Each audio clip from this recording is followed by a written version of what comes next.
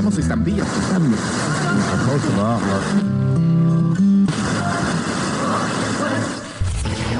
You are now tuned in to your number one radio station.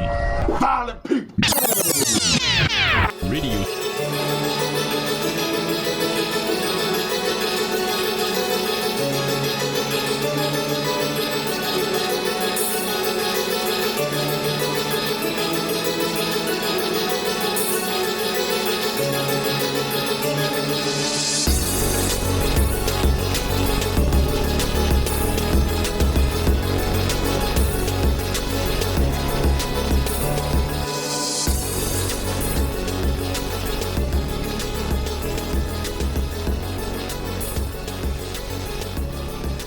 Episode 58. All right. Welcome to Violent People Radio, episode 58. I'm Dan Rice, and I'm joined, as always, by Sam. How's it going, Sam? It is going very hot and sweaty.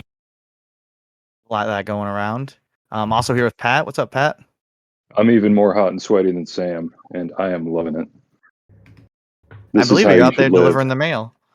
I'm out there delivering the mail, and just in my home, I'm just cranking up space heaters against myself. I showed a ridiculous house the couple days ago, 2 days ago, that had it's like 8,000 square feet or something. It had 6 AC units. It was insane. Couldn't imagine what the electrical bill would be. Good Lord. Solar, baby. That's how you do it. We keep our house at like 65 degrees, so we have solar panels.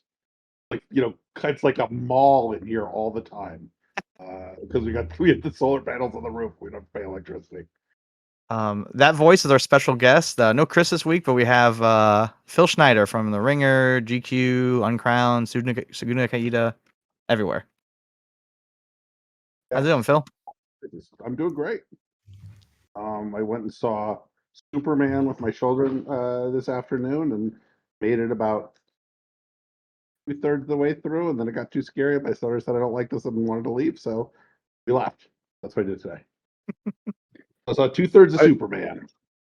I went and saw it in like the 4DX, like the new IMAX gimmick, like with like the seats that shake around and like spray mist at you.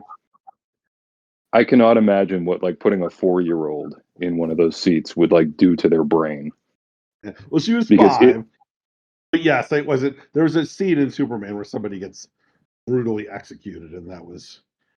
Yeah, I was surprised that they let ISIS kill the dog, but right, exactly. He's worried about the dog, so then I torrented it and watched the last like 40 minutes on my computer. So I could then show my daughter the scenes of the dog triumphant at the end, so she knows the dog is okay. Very concerned about the dog, who looks a fair amount like and acts a fair amount like our dog. So yeah, pretty good movie, Superman. Last week I took a 3-year-old to a planetarium and it lasted 90 seconds. She was just like, nope. Well, I think we're going to get right into our big top this week, which is Way of the Blade AEW Edition. Your new book. Yes. I can't imagine that someone... Oh, go ahead. Get the plugs in already. Available on Amazon everywhere in the world. So if you guys are foreign listeners, want to get it.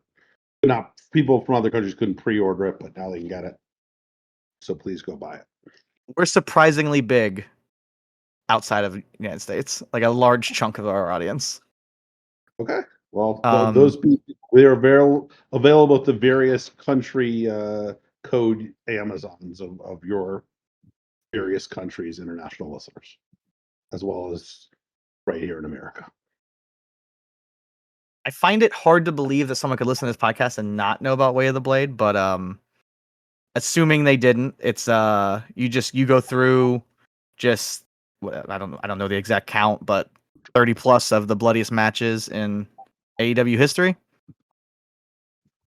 About 30 plus. I'm not exactly sure the total count to. I kept adding as the book kept getting the publication of the book kept getting delayed, so I just kept adding in more matches at the end. So not exactly sure how many it ended up being, but yeah, something around 35. And then there's art by the incredible Chris Bryan, who did the art for the first book.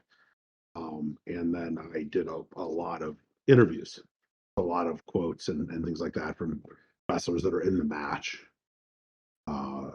that we're talking about, which is a kind of cool thing that was not in the first Way of the Blade, but I'm now trying to figure out how I'm going to get to work in the third Way of the Blade. So I think it ended up being cool here. I would say that's one of the biggest difference, obviously, is the interviews. And how did that work? Did AEW just say, these are the guys you have access to? Did you ask for people? I mean, a little bit of a mixture of both. So I asked for people, and then, they would give them to me, or they would go radio silent for a while, then I'd ask again and hear back. And that was the most sort of challenging part of the book, was trying to nail down people, right? Like getting people on the phone. So a lot of it was like, here is everybody in the book. Who can you get me? So it started out like, we can get you Evil Uno. And you can't just be Evil Uno. This isn't really going to work with just him. But eventually I was able to sort of use other journalism I was doing to piggyback. I wrote an article on Bryan Danielson's health and diet for GQ, and then I was just able to piggyback an additional 45 minutes of questions of stuff for the book on that. I wrote an article about Eddie Kingston for The Ringer, so I was able to chat with Eddie more about Way the Blade stuff as well. That's how I was able to get some of the big names, and then eventually I got most of the people I wanted. I would have liked to talk to Hangman Page, but that wasn't able to come together, unfortunately. But I'd say almost everybody else I really wanted, I was able to get. So I backed the book in its crowdfunding stage. I got my copy. I read it the other night. My brief review, to get that out of the way for any listener who's on the fence, is you're getting your money's worth just for the pages of Jon Moxley, and everything else is a cherry on top. Everything else is bonus value. Yeah, and I had, probably 45% of the actual stuff I got from Moxley. I mean, it was just, he's talking to Jon Moxley is what you might expect talking to Jon Moxley is like. You know what I mean? So it was pretty good. It was pretty cool, and he gave me a lot of time and really just went off on modern wrestling and the problems he has with it, way more than you might expect somebody to do in a bomb. So it felt like there were subtweets. It felt like almost like it's like listening to the Kleps album. Okay, well, who's he talking about here? Is this lyric about Travis Scott? Is this one about Jim Jones? Is this one about the Young Bucks? It's unclear, but it felt like there were subs being thrown left and right by Jon Moxley in this book. So his stuff's great. I love talking to him. Danielson said a bunch of cool stuff too. I always love talking to Eddie. He's like one of my favorite people to talk to in wrestling. So there's some really good stuff from him. Yeah, pretty much everybody. I thought it was interesting how the only one who seemed to stay in character was MJF. Yeah, he pretty much stays in character. She pretty much stays in character 100% of the time. Like the times I've met him in person, he's also 75% in character too. Like I met him backstage. I went backstage to an AEW show and met him the first time, and he Tony introduced me to him, and he was like, "Yeah, Phil Schneider, I read The Way of the Blade." It wasn't that good though. And I was like, all right, fuck you. But he does the shtick, even if he's just meeting you backstage. Was that him being in character, or is that just you like comforting yourself, saying like, oh, he must have been in character to say the book was bad? No, I think maybe a little bit of both. I mean, I was saying that as a joke, but now I think I feel like I've you're kind of taking a shot at Jesus fucking Christ, Pat. Come on. Yeah, you suffer from a heat stroke, and we got a guest on. You're like, let's go. I mean, I know we already had to throw Chris off the call because he was being too confrontational with Phil. So now it's my turn. This is in character right now. This is kayfabe. Christ. No, I think MJF was a little bit in character, but I think he's a guy who lives in character, man. So it's just, which is one of the things I appreciate about him, right? He isn't gonna fucking play video games on a and smile and be nice to people if he sees them on the street. If he's a heel, he's gonna be a heel. So it's kind of and I think MJF is a guy who people have varied opinions on. But I think that is the one thing he does really well is kind of he's an asshole 24/7. I get that. He's not trying to ever trying to sell T-shirts, really. Yeah. My favorite part, which I wasn't expecting of the book, was the little like I don't even know what you would call it, like the way you segue from talking about Britt Baker and Thunder Rosa to talking about past Joshi bloody matches, and you have a section on Barbed Wire and Jay Briscoe and Bryan Danielson. Was that always part of your plan, or just as you're writing, you decided you No, wanted this was more in John there? Snowden saying we need to fucking pad pages of this book. Was sort of the story there. This isn't long enough, Phil. I was like, all right, okay, I'll do some old school Segunda Caída style listicles to pad this guy out. I'm glad you liked them. I was So, yeah. it was like that was like the last thing written on this in this book by far. Like everything else has been done for like 6 months. John was like, this isn't coming out long enough. Can you give me like 5 dog collar matches? I'm like, sure. I've been doing that specifically has been exactly what I've been doing since I first put my fingers on a keyboard writing about wrestling, and before any of you guys were bored. So that was the easiest part to do. Yeah, I could bang out 5 cool Joshi matches. Sure, that's what I did in Death Valley Driver issue 7. Like in 2002. So. But yeah, no, I'm glad people. I've heard a couple of people say they really like those, and I was happy because I felt a little bit like, oh, this me just word count padding. Well, I was glad for their inclusion because I think one of the most useful aspects of a book like this is you get the people in the door because they want to see what John Moxley has to say about this or that match, for example, or just the AEW marquee gets the butts in the seats. And then if you turn even one person on to Team Cash versus Team Blackout, like you've done God's work. Yeah. Just always the stuff. It's always my favorite part of doing any writing, right? So like when I write The Ring, or when I was writing weekly for The Ring, or I would be doing an AEW and WWE match and then an other. And I'd always spend way more energy and time trying to find the coolest other, and like wanting to say, all right, I want to introduce I want to somehow find a way to shoehorn it in this, this Zona 23 match, or this, Paradigm Pro UWFI rules match from this small thing that the people who are glancing at a wrestling article in The Ring or in between listening to Bill Simmons' podcast aren't going to know about, so maybe I could introduce them to. And for people like me who fall down Wikipedia rabbit holes, I mean, that's like how it works. It's like, okay, you've talked about a dog collar match. Here are 5 more dog collar matches to check out, and then it's spider webs from there. And then I've spent half my life, or not half my life, half my night, just clicking through to random Wikipedia pages when I started like on the article for In Sync or something, and now I'm on like German or Viennese actionism. Oh, sure, and that's the way my brain works too, right? Where it's like, oh, here's something that I experienced. I need to know everything about that thing and things that are related to it, and what other movies did this director do, and what it's like. I get that's the way my neurodivergent part of my brain works as well. Where it's like, oh, I need all the information about this thing. I like it. If I like a book, then I need to read every book that author ever wrote, and so I'll do that for a month and a half. Or if I like a wrestler, I want to deep dive into him and find all the different things, and that's kind of how. I mean, I think the first Way of the Blade was really much more of that kind of thing, right? Where I was really going to say that, all right, you may have heard of 20 of these 100, but I'm guessing 80 of these 100 you haven't. And there's nobody but me in the world that's watched all 100 of these. So here you go. Here's some stuff that you're going to be introduced to and hopefully get into. I mean, that's the cool thing about wrestling, is you're not going to run out of shit to watch, even if you never watch another wrestling match that happens after the date, after today. You'll never run out of cool wrestling to watch.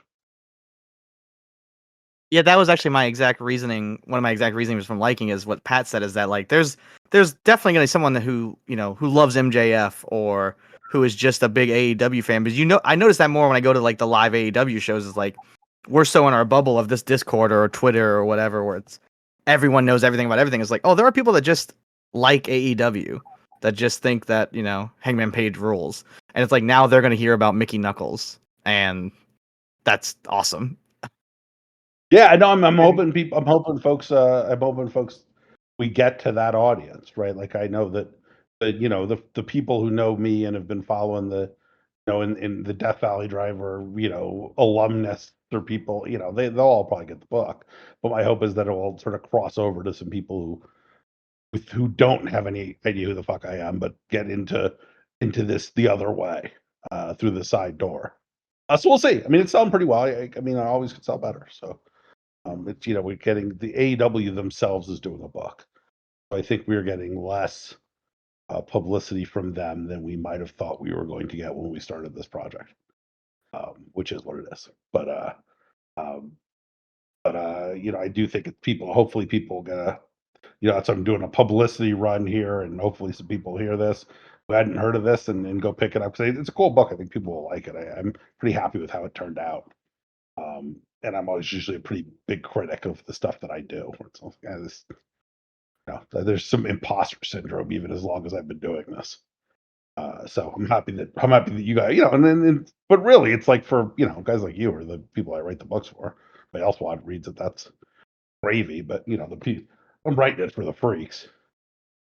Even this website has built this community, Violent People, the Discord. I mean, you're talking to me and Pat, the two probably oldest. Now you probably the oldest person in this Discord. Like, it's shocking to me how young, like, the fans of the site and the fans of wrestling are. Like, I just didn't. I got old overnight. It felt like. And now there's a bunch of teenagers in here, or 20 years old. In fact, I mean, famously, when Dean 2 was announced, someone in our Discord said, "Who's that?" or something like that.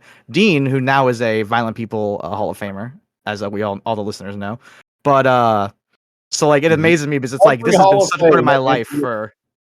It shouldn't be a wrestling. He should be a fucking Wrestling Observer newsletter Hall of Famer. 100%. But yeah, that's cool, man. I am. It's been fun to be able to sort of spread the gospel a little bit over the last couple of years. Because before I started writing this, before I wrote the first book, I was still doing the stuff, but I was on Segunda Caída, and that had an audience, but it wasn't like there was no crossover to the real world from the Segunda Caída audience, which was fine, right? Like we weren't trying to cross over. We're like, okay, I'm going to write about every Black Terry match ever, and there's going to be some people who are going to be excited about that, and maybe a handful of people discover it. But we had certainly no effort or desire to go any larger than the sub genre of freak wrestling fans who like that kind of stuff. And then, with this book, opened doors for me to be writing for, much bigger audiences, and hopefully, spread the word of this kind of, more niche, cool shit than before. I mean, my editor at Yahoo is a very nice guy. He did not know when I was talking to him the other day, yesterday, he did not know that the Roddy Piper Buzz Sawyer match had gotten released. And part of me was like, well, how could you be like a wrestling guy and not know that? That's the biggest, coolest thing that happened last week. Way cooler than Saturday night's main event or All In, right? Like it's Piper Buzz Sawyer. And he was like, oh shit, that's out. And I'm like, yeah, man, just the link. So that's my hope is that I can get some people to get excited about Buzz Sawyer, Roddy Piper. I told the story last week or 2 weeks ago. I went to a brand new concert and I met a man randomly who was a pro wrestling fan and an indie pro wrestling fan, and he got into Chikara post shutdown, and like that's kind of like one of his intros to indie wrestling. I was like, well, that's wild to me because that's like when I stopped watching indie wrestling for a while. I'm still terrified knowing that man exists. He's out there. The guy who got into Chikara the way I got into William Friedkin movies. Like, I wasn't watching them when they were coming out. Yeah, no, I became a big Friedkin head after seeing Jade. That's funny. Oh man, Chikara. I'm always a little worried that when I'm like talking to some of these Chikara alumnus, they might remember all the things. Well, your road report is one of. Yeah. I was a Chikara guy, and I've read that road report a dozen times. It's some of my favorite things you've ever written. Even though like I'm the people you're like what'd you say, like your friend's community theater or whatever, however you described it. I'm like, well, I'm the guy in the audience loving it, but he's spot on. Oh yeah, I got some people did not enjoy that. I've retired the fucking poison pen. I don't really shit on things anymore. Like, you know what I mean? It's just like I just try to be like, I've transitioned in my older age to pretty much positivity. I'm going to write about things I like, and if there is something I don't like, I will not write about it. Right. So like like I think I was talking about Yahoo editor. He asked me if I watched all it. I was like, yeah, I watched parts of it. Watched the main event, and he goes, and yeah, and the Omega Okada match. I was like, no, I didn't watch that. Not really my kind of thing. And I kind of like, I don't have that sort of instinct to like go on and start sharpening knives anymore. It's like, let people. So I would never write that. In 2025, Phil would never take a shit on Chikara the way I shit on it back when I was 20, 15 years ago when I was younger and single, angry. Now it's kind of like, people enjoy all kinds of things that they do. I guess tying that back into the book then. So is the list 100% yours? There was no like AEW saying, "Hey, can you add this match?" Or oh no, 100% mine. That was not the kind of input they did. I think. Well, no, I think Tony asked if I could add the Texas Death Match between Page and Strickland because the book had kind of been wrapped by then. I think he did say, "Hey, you should write about this match." And I was like, "Yeah, I should write about this match," and then I wrote about it. And that might have been the only one. But that was less an AEW thing than, Tony Khan just asked me to do that because we were chatting about the book. That makes sense. And then you obviously added the Sting retirement match as well at that point, or after that. Yeah, so Sting retirement match, same thing. That was actually how Dean 2 happened. Was I was just backstage at an AEW show chatting with Tony, and he was talking about the Sting retirement match and kind of like what it meant to him to do that. And he was like, "Oh yeah, that was the, that's the thing that's going to be on my in the first, my obituary that I ran Wembley and I ran the Sting retirement match is kind of how I want to be remembered." And I was like, yeah, in some ways I think Dean was like that for me on a much smaller level. I got to do this cool thing one time, and people hopefully enjoyed it and will remember. He's like, well, you guys can just do that show. Now you have this rep. You can just do it whenever you want. I'm like, oh no, we can't, because it's like, let's just say, we didn't take a bath for Dean Webb. It was a light shower. The kind of if you have to shower yourself off quickly before you go into a hot tub, not a bath, but a light shower. I was like, I can't keep telling my wife I'm going to be losing, a chunk of cash every year to keep running these shows. Like, no, do it with us. And then that's how how that show ended up happening. But it was kind of him reminiscing about the things he remembered most and how important that Sting retirement match was to him, which I think he talked about some in the book as well. So this might be drifting too far into just writing inside baseball, but I am curious because we were talking about the road report for Chikara. We're talking about old Segunda Caída and Death Valley Playboy stuff.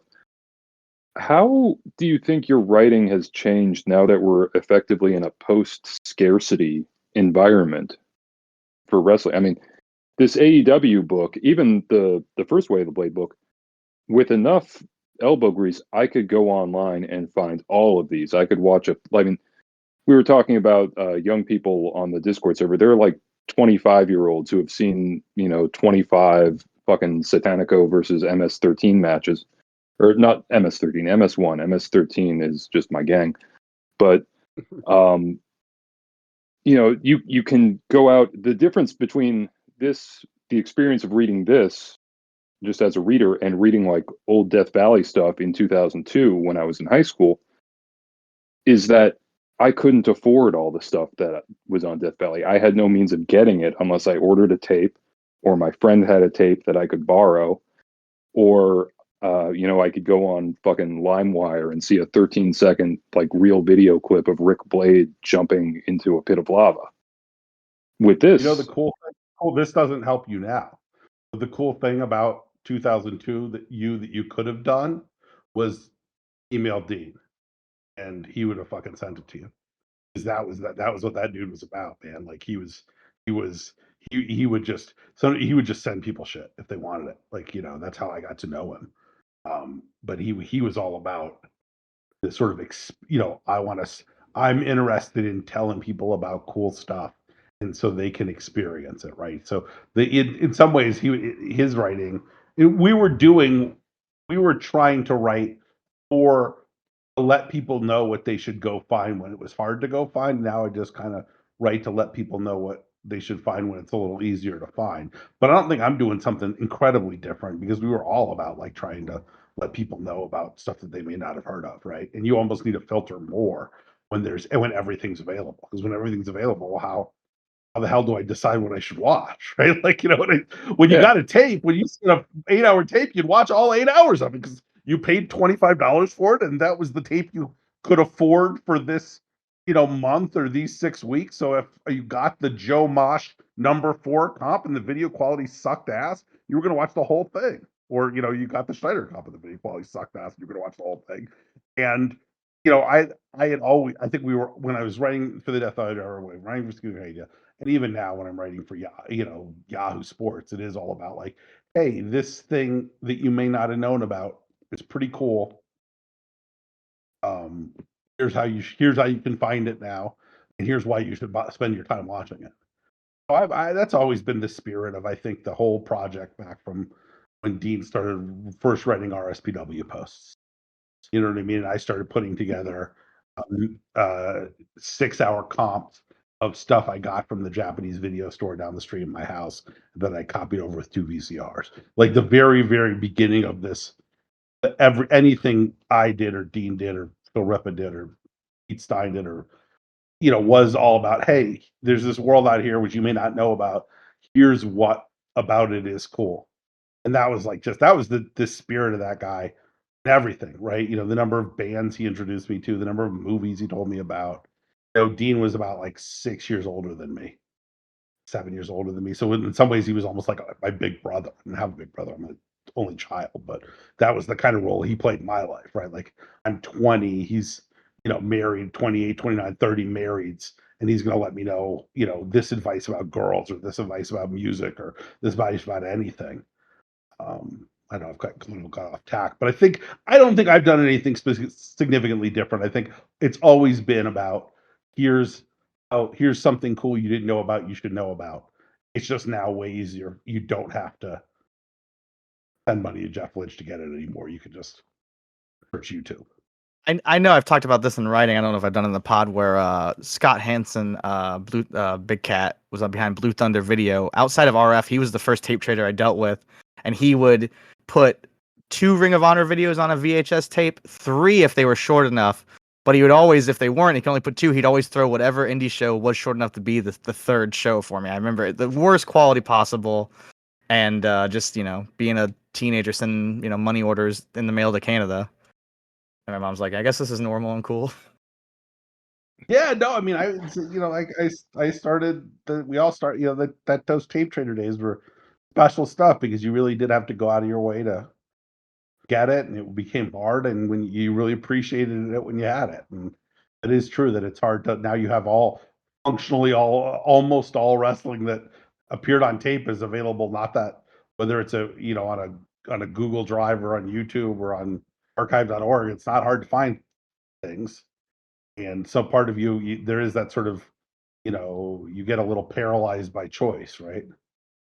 If I want to sit down and watch a wrestling match now, I almost need to assign myself some sort of project, or else I just can't like land on anything, right? Where it's like, okay, well, I'm going to watch this match because maybe it'd be good for a Way of the Blade thing, or I'm doing an article for Yahoo or for the Ringer on this, so I need to watch it. But it's hard for me just to sort of say, oh, I got a couple minutes and watch some wrestling. It's just hard to narrow it. I find it hard to narrow it down. So in some ways, I have to write this stuff, or else I just would stop watching wrestling. I can't do it anymore. It's not like I'm not somebody who's particularly engrossed in the week by week televised wrestling shows. Even though this book was all about AEW, and I don't watch Dynamite every week with any regularity, or I certainly once the Ringer stopped paying me to watch the WWE, I stopped watching the WWE almost entirely. I don't know. I've watched 5 matches over the last 2 years. So the only member of the podcast to watch the entirety of the last AEW pay-per-view had to drop out the last second. Chris, he did say it was Way of the Blade 2's forward Arthur Tony Khan's best pay-per-view ever. That was his review. He loved it. He's not here to talk about it, but he loved it. I hadn't watched it either, but I'm just like how I don't know if I can sit down and watch a 6-hour pay-per-view when it's just like, Piper Sawyer came out, and my YouTube watch list is only getting bigger, and I have all these Russian apps on my phone that are probably stealing my data that I have to check out what they have posted. Oh yeah, unlike the American apps. I went to Double or Nothing. It was the first pay-per-view I had been to since Starrcade '97. So I went to AEW's Double or Nothing. That was the last pay-per-view since Starrcade '97 that I went to. Because we did Dean 2 the night before, so it was the very night we did some of the wrestlers did extra work, and we had they gave us a little like suite up on the top, and it was very nice. But that was a lot of wrestling in a row, one of those AEW pay-per-views. And then I did one of their what was it? One of the 4-hour double Dynamite collisions that they did was like the week later in Denver. So then I went to that too. And that was just a lot. It's just a lot of wrestling in one chunk. Good wrestling, good matches. I liked a lot of the stuff. I mean, even the live Collision Dynamite double taping had like a ton of cool luchadors on it, and I was into it. But man, I was pretty burned out by doing those like basically 1 week after another.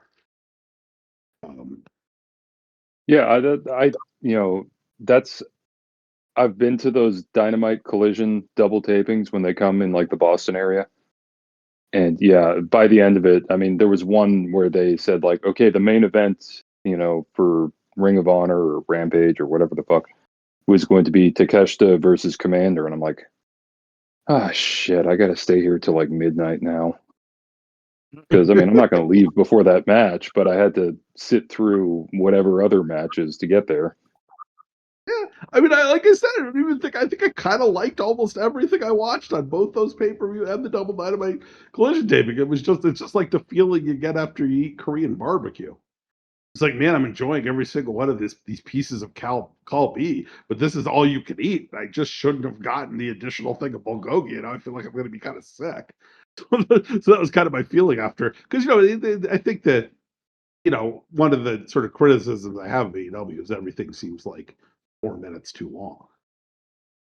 Every match was like, wow, that match would have been really good if it ended on this, on that suplex. But we got 4 more minutes. Is that an AEW thing or is that a wrestler thing?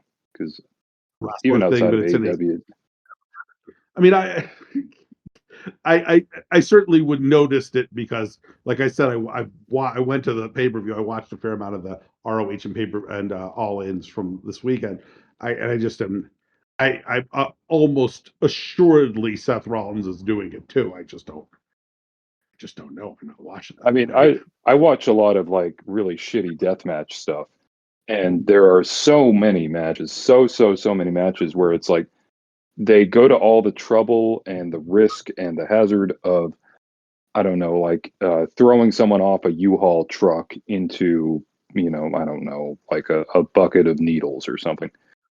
And everyone, freaks out about that. And then the guy who got thrown off the U-Haul truck has to have a dramatic kick out, and then he loses to a flatliner 2 minutes later. And I'm just kind of like, you got to go out on the big thing, because that's what people are going to remember. People are not going to remember like Ricky Shane Page doing a roll up. It's always a roll up in death matches. Yeah. Yeah, no, I mean, I will say though, a schoolboy probably hurts more in a death match if your back is all full of broken glass and shit. A schoolboy probably does hurt a lot. Schoolboying onto like the screws and shit left on the ring from when the 4 tables broke. I can't feel great. It's one of the things. I mean, I think about the Dean shows is we kept everything pretty. The shows are pretty tight. Everything goes around 10 minutes. Outside of a couple of matches. I don't know if I think the only thing over like 10 or 12 minutes on the Dean 2 was the Cibernetico. Everything else was between 7 and 11 minutes. And I don't, Dean 1 was a long show, but none of the matches were that long. I think that kind of was think makes it a lot more tolerable. And I don't think I didn't remember Lee. And you guys, and I'm doing this, it's me. It's anytime I talk about those Dean shows, it's going to be me. As I can't be objective about them. So I'll ask you: do you guys? I'm assuming have seen both those shows. Yes. Sam was assaulted at one of those shows. Yes, there was violence that took place against me personally. I apologize. Matt had to come over there and check on me, make sure I was okay. It was a scene. It was a scene. Matt's legit panic really added to that match. He looked like he was going to shit his pants for the vast majority of it. That was it, but it's like an artistic thing. I think that really helped the match. Really yes, absolutely, 100%. This guy, Matt's like losing. He's like, guys, get back in the ring. Me and Eric were just like, nah, get out of the ring. Don't listen to him. Don't listen to him, Austin. Just keep fucking. Oh yeah, I was watching. Matt was acting like he was going to lose his license doing this. Yeah, right. Yeah, I don't wrestle. I was like, you're out of state. What do you think's going to happen here? I not only do not have a produce license, but was fully confident that I would never promote another wrestling show again. So I was like, yeah, I'm be blackballed for the business for all I care. Did you guys think, you guys watched the show, did you think if you had to say, Phil, we should have made this match longer, what match should have been longer? Either Dean 1 or Dean 2? Is there one? That's a good question, because I'm generally pretty down on long matches. I'm going to look at the lineup really quick just to look at the times. I would say no. I'd say no. I mean, I might have liked to have added a minute or two to Arez at Mikowski on Dean 1. It might be the one that on hindsight I would like that to go like a minute longer, a minute and a half longer. But I saw people were like complaining about the length of the Connolly Priest Dog Collar match. It's like, man, fucking wrestling's ruined people's brains. Why would you want that match to be I will notice in the discussions on our Discord, so many people insist that, this match needs to be such and such going over in 3 minutes. And, it's kind of like, you can't have like Hangman Page get squashed. Like, if you're going to do a squash match, you bring in the fucking Mulkeys or something. You don't send Gunther out to like kill Sami Zayn in 3 minutes. Yeah, but I think every match I think every match on the last AEW pay-per-view would have been better with 2 less kickouts. Maybe not the main event, but almost every other one. I think pretty much every AEW match, period, would have been better probably with 2 less kickouts. Yeah, maybe not Samoa. I was trying to think of the matches in my book. I think Samoa Joe Darby was about as long as it should have been. I thought they did the nice. I think Anarchy in the Arena, certainly the first Anarchy in the Arena, like it ended when it was meant to end. There was, sure. that one never dragged for me, but that was also you had 10 guys doing 10 different things. Did reading the book make you want to revisit any of the matches? For folks that read the book. Yes. I rewatched Cody Brody Lee already because of the book. Yeah, that was because I didn't remember it as well. I know people have always spoke highly of it, but like it just didn't stick in my mind. And then reading you talk about it, I was like, okay, I'm gonna have to put this on. Yeah, I was surprised at how much I enjoyed that one again. There's a whole section of it that just took place during a few years where I just stopped watching wrestling. Like sometime during the pandemic, my brain just said like watching wrestling is like a 15% brain power thing. And I've only got 10% to give. So I just stopped watching wrestling for a couple years. So there are a few matches in this where I want to go and actually see it for the first time. Because I just never got around to it. Yeah, like I never saw Moxley versus Danielson, for example. The one where William Regal came out and jerked them both off after. Yeah, that wasn't during the pandemic, though, right? That was in 2020. Well, 2022. I mean, during the pandemic, I stopped watching, and then I just did not watch again for a few years. I got lured back in by CM Punk being a fucking weird little freak backstage and like doing his press conference. Oh, really? I remember I was doing the Ringer for a while was doing these post-show like live podcast reaction things to pay-per-views.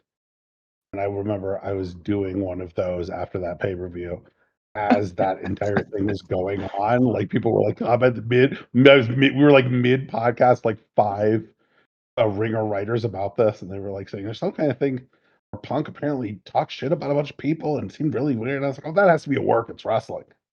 I was on the very much this is a work. It's wrestling. If it happened on a wrestling show, it's fucking fake. But apparently it was not. I mean, you're usually safe with that guess. Yeah, if you say that, it's like it's fucking. They're talking about it about a thing. This is clearly them doing shoot shit. That's dumb. They shouldn't do that. It's like, oh no, actually, he lost his mind a little bit there for a second. Well, at least he didn't bite anybody. Yeah. The Moxley Danielson part has maybe my favorite of Chris's of illustrations, which is full. It's full of great ones. Yeah, he's really cool, man. That was a real lucky discovery to have Chris do fight kind of step up and send John Snowden some pictures for the first book, and just like finding somebody to do that art who's as talented as him.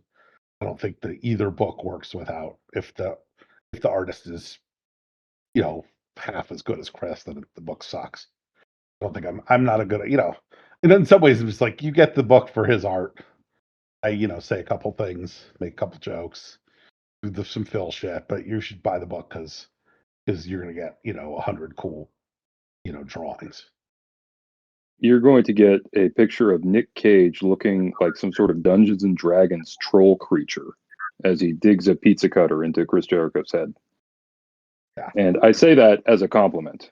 Like, I love that picture. It's so good. It's so good. That was a fun match to write about and revisit as well. Couldn't get Nick Cage. I tried to get Nick Cage a bunch of times. I was able to get Joey. You should have just hopped on. Nick Gage is live on Instagram all the time walking his dog.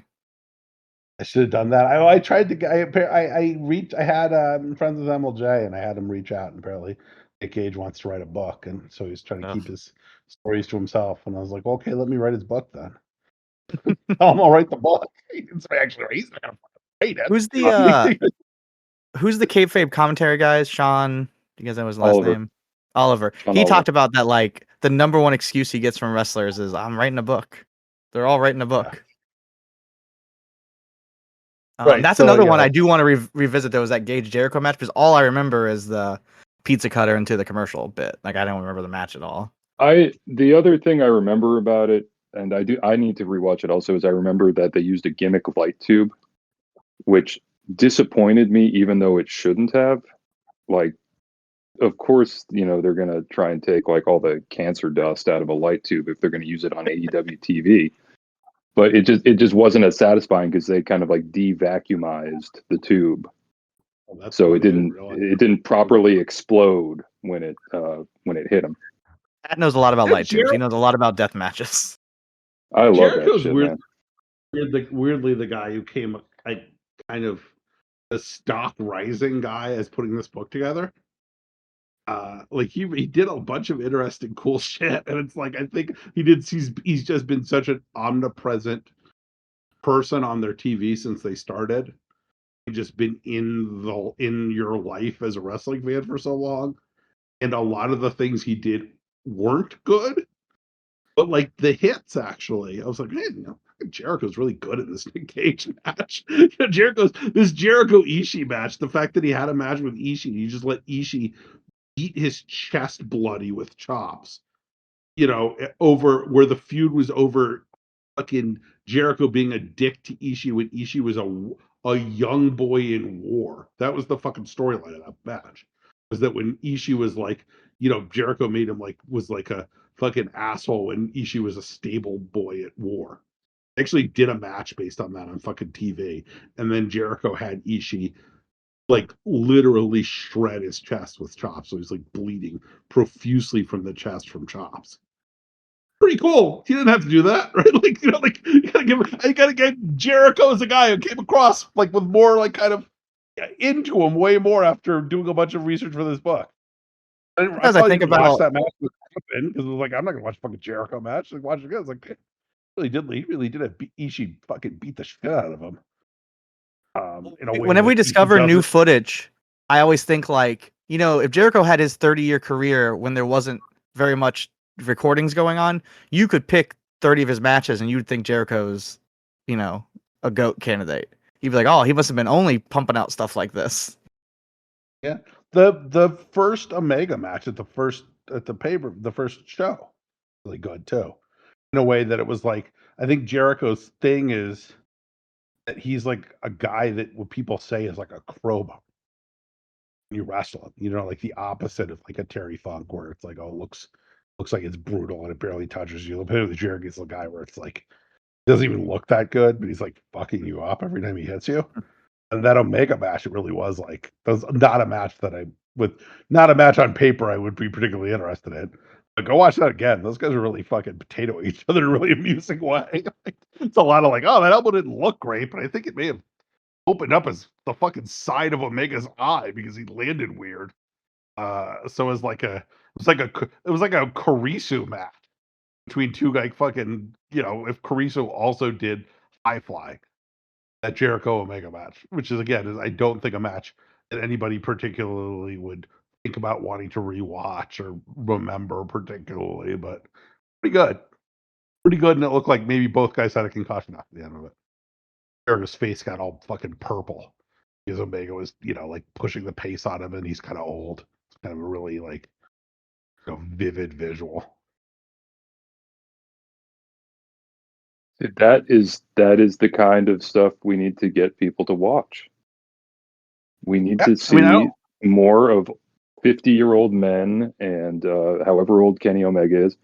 We need to see more, as Scott Keith would put it, Canadian violence. Yeah, and in a different way. Certainly than what he was talking about, violence in a very kind of, like more of like a Dr. Luther than fucking Chris Benoit. No, I remember Scott Keith would always yell Canadian violence at basically any time Benoit and Jericho, like any recap he did where it's like Benoit and Jericho exist within the same space. It was like Canadian violence ! Exclamation mark. And then things would often go bonzo gonzo, as I recall. Scott Keith used to steal jokes from me. So Scott Keith was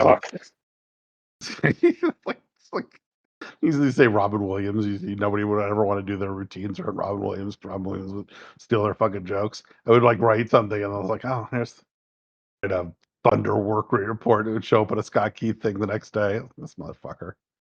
Okay. The exclamation! Scott, you fucking hack. I still think. Brian Alvarez probably stole it too, so you can go after him, get some money. Brian Alvarez at least will admit it. Maybe Scott Keith would. He made it the fucking logo. Yeah, but if you ask Alvarez, he'll say he got it from Dean, which is fair. But he's on Cameo. Yeah. I'm gonna cameo him and ask now. Okay, yeah, I think he's always been relatively upfront about stuff, but I say yes, it did make that a logo, which makes it a less cool task. If you get a bunch of people from the F4W board being really weird at you in a week's time, I apologize in advance. And I like I said, I stay out of that shit now. I don't get it. I don't get into fucking flame wars. I'm trying to sell shit. I'm trying to look, buy my book, come to my show. Yeah, read my article. I'm trying to make money these days. I wasn't trying to make money for 20 years. As a guy who grew up and loved like Negative Phil, I almost loved you hating matches more than I loved you loving matches. I like the way of the blade. The very idea of it is these are these are your favorite matches. Like these are your picks. So like it doesn't make sense in that setting. But yeah, also it's just like you said, like the older you get, you don't have time to be that angry. Yeah, exactly. I used to manage a comic book store, and I would have to sell comic books that I thought were dog shit to people who I, to be honest, also thought were dog shit. And they would be like, so, have you, I can't even think of a good example off the top of my head, but some, comic book that I was never going to read, was never even going to give a chance. They would be very excited about it and want to talk with. So I had to come up with a way to not shit all over it and not discourage them from spending money in my store. So I just said, that one's just not made for me. Yeah, and that's what I say about 99% of wrestling now. That's what I say about all wrestling that doesn't involve light tube breakage in someone's backyard. Yeah, I think I have a little bit more of a Catholic approach to wrestling than that, but certainly a lot of stuff I'm not going to bother writing about. Omega matches, or if I am, I got to try to find something I like about them, because which is a that's an interesting writing exercise anyway. That was a lot of what I was doing when I was writing for the Ringer. Was like, well, I'm going to write about this, Seth Rollins match I didn't like very much, but I'm not going to write that I didn't like it. Let me try to find a way to something interesting to say about this without necessarily crapping on it. I think it helped me as a writer to have that sort of a weekly assignment to do that for as long as I did. I'm also very happy, I'm not happy that I don't have it anymore because they paid really well. And I miss the money, but I don't miss having to do it every week. I miss the 50 cents a word. That's what I miss more than anything. Now Sam pays us $2 a word, so we're doing pretty good. Oh shit. Yeah, that's why I tried to make all the death panel stuff as short as possible so that Tim couldn't game the system. That was actually I did steal from I was reading old DVDRs, and I thought violent people could use something like this, but it has to be about the dumb shit and contrarian stuff that I like. And they shot down my idea of just the complete and accurate Soraya. So we had to do the death panel, which is just me trying to rip off the format of DVD VR, but just talking about, like I said, people breaking light tubes in a backyard somewhere. Talking about. I mean, I don't. I'm just the Dick Slater to Dean's Terry Funk anyway, so it's not like I'm going to get upset about anybody taking anything that we've done. That's all. It's like I'm just doing a fucking C+ version of Dean. I've been doing that for a long time. So. We did steal complete and accurate to do Ken Shamrock, which we abandoned, but we abandoned it. Like, we turned out you abandoned like 700, because every time I would throw a guy out here, I'd be like, let's do LA Park, or let's do this. Sam would just immediately come with the link where you guys had started the complete and accurate, like for one or two posts. There's a lot of complete and accurates that have like 14 fucking matches. I suppose like Fujiwara's got like 170, but there's some other ones. We haven't started a new one in a long time, but Suguda Kaina is being shepherded. We're me and Eric are post up 3-point shooters to Matt D's heliocentric offense. I was gonna say, you're talking about Matt D's website. I'm familiar. Yeah, Matt D's website, 100% Matt D's website now. I enjoy it better when he posts on Twitter, though. I like to sit and look at the replies and cry. I was about to say Twitter superstar Matt D. Yes. Yeah, I don't. I have not successfully, figured out the formula to be bigger on Twitter. Like, theoretically, I should be bigger on Twitter than Matt. A bigger name than him. I'm writing. I'm writing for big glossy professional publications, but I don't like. I can't get things rolling the way he can. He's out here posting 4 pictures that are text files, and it goes gangbusters. It's something that shouldn't work. It is a completely broken system. No one else can do it, but he just throws it out there and boom. Because you can't search any of those pictures. So I don't know why they go viral. I don't know why it catches on. No, he said something just inflammatory enough to some that's a good guy. I gotta get brain dead person out there. got to get him to Dean 3. He couldn't make it to the first one, like at the last minute. He kind of had to bail out. So I'm trying to make sure he comes to Dean 3. So here on in the Philly. podcast, you're going to announce the Dean 3 date. Breaking news. Doesn't sound like it. I Well, don't you want don't to know do that. You don't know till you ask, Sam. You know what I mean? We have theoretically have a date, but I don't think it's been confirmed yet. And so, and I don't, things are not we're not. I mean, I was surprised at the amount of input and like cooperation and stuff. The stuff we got from AEW for D2 was incredible. But we're not their top priority. they just ran that whole fucking. They ran that whole stadium show. They got stuff they're working on over there. That's crazy. They got stuff. They got other things on their plate. But like we actually put on Dean. I mean, Tony Khan was in Gorilla that entire show. In doing the Vince in the ears of Dylan and Mose. For Dean 2. He was like back there in the gorilla position with the fucking headphones on, like, giving like, announcer notes, and wanted to like go over every single match and the finishes of every single match. And, was like you wouldn't think that you would think for some little side thing like this, he wouldn't be as involved and omnipresent as he really was. Which is pretty crazy for a guy who's got other things on his fucking mind. But he was in there. He wanted to, go over finishes, wanted to go over match times, wanted to like suggest, matches and the whole. The thing that convinced me that Tony Khan really is the sicko he claims to be is I saw a picture of him meeting indie lucha sensation Sadika. So the fact that Tony Khan has been in the same space as Sadika and presumably knows who she is, I'm like, all right, he's a real one. He knows. I mean, I've had a lot of conversations with him over the years now, and he will go in.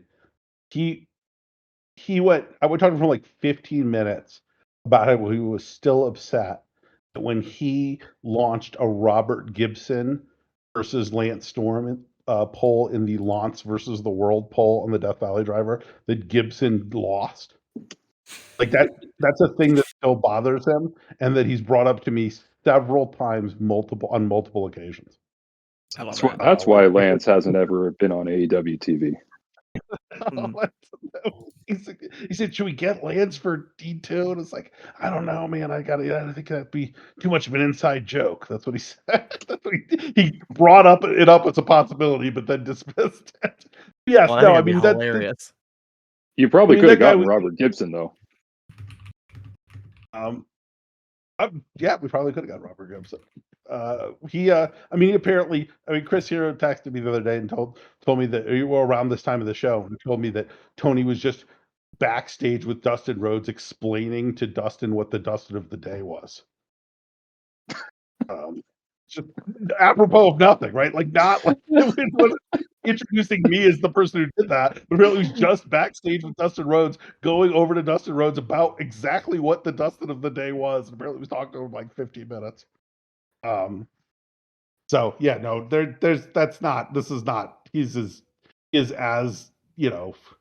he is whatever you think of him and whatever you think of AEW. That guy,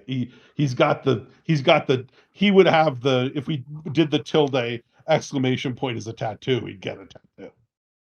I don't want to out myself as a Maven watcher, YouTube watcher, but I loved he went to AEW and he meets Tony Khan, and the first thing Tony Khan tells him is like the last time he saw him live on some random SmackDown show and exactly what match he was in. Oh yeah, I mean he's got a way better recall for that shit than I do, of like obscure stuff. And when I told him about that, we were going to the pay-per-view in Arizona. I was like, well, this is the first pay-per-view I've been to since Starrcade '97. He's like, I really love the finish of the 6-man tag with the Steiners against the NWO, and that this really goes into the finish of this match that he really liked. And he goes, oh, I should should have that. We should use that finish for like the 6-man on the pay-per-view tomorrow. So yeah, he's in it, like in the same freak show way that we are, right? Like he's so whatever. Like I said, you can like AEW, not like AEW, but the criticism, he's a legit sicko. That part of it is 100% true. And the fact is, if he wants to use his money to buy Muy Muerto for fucking Mystico, or or fucking pay us to put on a Dean show. I mean, think about that's so much better than somebody buying a yacht or buying a Senate election, right? Like there's somebody out there who is doing this. Like I said, I mean, even with that, I probably only like 30% of what AEW puts on, but I appreciate that. If you're looking for your next book, you could probably make a couple bucks off an ebook of just my experience co-promoting Dean 2 with AEW as, Phil Schneider as the, a total alien to this world. Well, not a total alien, but you know what I mean. I'm hesitant to write about. I mean, I'm actually going to write something for a place on Dean, on putting on Dean 1 in that way, but I'm hesitant to talk too much about Dean 2 just because I don't know what part of that experience I want to talk about, what part I don't want to talk about, because I don't want to, you get ruffle feathers. I don't want to get heat over there. Yeah, they're all writing books. I put on Dean 3, Dean 4, Dean 7. I'm trying to put on a bunch of these shows over the years. So I want to make sure that everybody still loves us over there. I think there probably already is a little bit of a who the fuck are these guys vibe in the backstage anyway. You mean they don't know Cerebro Negra? He's not the talk of the AEW locker room? Dr. Cerebro back there doing, I don't know, you guys know this, Dr. Cerebro is a chiropractor. I meant to say Dr. Cerebro, I'm sorry. But he was back there adjusting spines. Wow. Pay-per-view, he's actually working on Bandito, working on Hologram. He was kind of hanging with the luchadors. I think you knew who he was, but he was back there. I was like, man, they should fucking hire Cerebro. Now wasn't that what Alex? Go ahead, Pat. Sorry. No, I was just saying, wasn't that what Alex Shelley was doing for Ring of Honor for a while? It was like he would wrestle a match occasionally, but mostly he was just like a backstage medical guy. Yeah. Well, AEW's got a lot of just kind of random old wrestlers in random positions back there. Like if you go back to AEW, it's like Eric was in Hog Heaven because he's writing this, William Volman style 1997 WCW book. It's gonna be 1,900 pages when he's finished with it. But he was like Johnny. I want that book. Johnny Swinger is just he's helping do transport stuff. I have a theory that Eric is like the George R.R. Martin of the wrestling world with that book. I feel like he told us he was 2/3 of the way done with that, in 2022. Eric writes every day on that book. It's just giant. It's just so fun. He's just a maniac, so it's going to be incredibly long. But I think he said he's already is in November. But I know for a fact that he works on that every day. He is very consistent about doing it. It'll come out eventually, man. It's going to be it'll take up 1/3 of somebody's bookshelf, but it'll come out. Yeah, so Glacier just works for AEW and is in security or something. Johnny Swinger. Their head security guy used to work 0-1 as the Ghost Warrior, the Ghost Warrior Navajo Warrior tag team in 2001-01. Oh, he's just their head security guy. I was talking to him about working Fujiwara and Hashimoto. So yeah, they do a kind of a Jerry Lynn's back there. Josh Matthews, a lot of guys that I don't think people know work for AEW or just backstage doing something. So he keeps some dudes in, but Johnny Swinger, it's not he just that gives that guy a job. That guy has a job now, right? So he doesn't, I think Glacier was, I think was working was a grocery store or something like that before that. Now he's got a job in wrestling, so I think that's pretty cool. Yeah, Tony Schiavone famously worked at Starbucks for the health insurance. Yeah, that's crazy. I mean, yeah, because it's the guys like that. It's they're not those guys who get rich. You know what I mean? They made a nice amount of money for a couple of years, but it's not They got rich. Were upper middle class for a while and then didn't have the job anymore. Well, speaking of getting rich, we don't want to keep you past your bedtime because we know you've got other stuff you need to do tonight. If you had to convince one of our freakish Zoomer coterie of Discord weirdos why Way of the Blade AEW Edition is something that would make their life quantifiably better, what would you say to them? It's a good question. I think that if you're somebody who's interested in the way that wrestlers think about wrestling, Moxley and Danielson do a really, really good job of explaining how they think about putting a wrestling match together in a way that I don't really ever remember hearing either of them talk about it before. So I think that you could just, that was just something that sounds like I'd be interested in knowing how John Moxley thinks about constructing a match. He deep dives into that in a really interesting way. Danielson does too. I think the writing and art's really cool. I mean, it's a fun book. I think people will like it, but I think if I had to do the one sell, I think finding out like what these guys who are, all-time great wrestlers, how they really think about what their art is, I think is pretty interesting. I was blown away by there is a bit with Danielson in there where he talks about stuff, and I'm not going to say what specifically he was talking about. If you want to find out, you have to buy the fucking book. But he was talking about what he considers to be mistakes in how he wrestled during what I think a lot of people think is, his best period, or certainly one of his best periods. He was talking about stuff he did in the 2000s now that he got famous for back in the 2000s that now he looks back at with, he kind of cringes at. And being able to read that made me go like, this is the first time I've ever really encountered someone making this complaint, and it's Bryan Danielson about himself. Yeah, no, I know what you're talking about. That was very cool. Those guys really, pretty much everybody I talked to was pretty, even like the bunny, pretty out there and talking about how this stuff made them feel. Garcia, the stuff with him's really interesting because it felt like when I talked to him, he wasn't in a great place. And I think a lot of it came across in an interesting way in the way that he talked about what he was doing. Like with almost like a wistfulness about the Danielson matches, which I thought was pretty interesting. I don't know, it ended pretty good. I think the writing's pretty good too. I mean, I think I'm a better writer now than I was when I did the first book. And I think that it sort of comes across that way. I don't know if it actually does, but that's kind of how I feel about it. I got 12 minutes. We have 12 minutes of questions from the. No, I don't know if you realize that we didn't publicize who our guest was, so these are just random questions from our crazy listeners. Oh, okay. Yeah, I'll take a. You're still into that? Yeah, sure. All right. All right, find the worst one. Front load it. Well, I can tell you that Phil stepped on my joke because Porik asked, if you had to write a wrestling book, what would it be about? And I was gonna say 1997 WCW.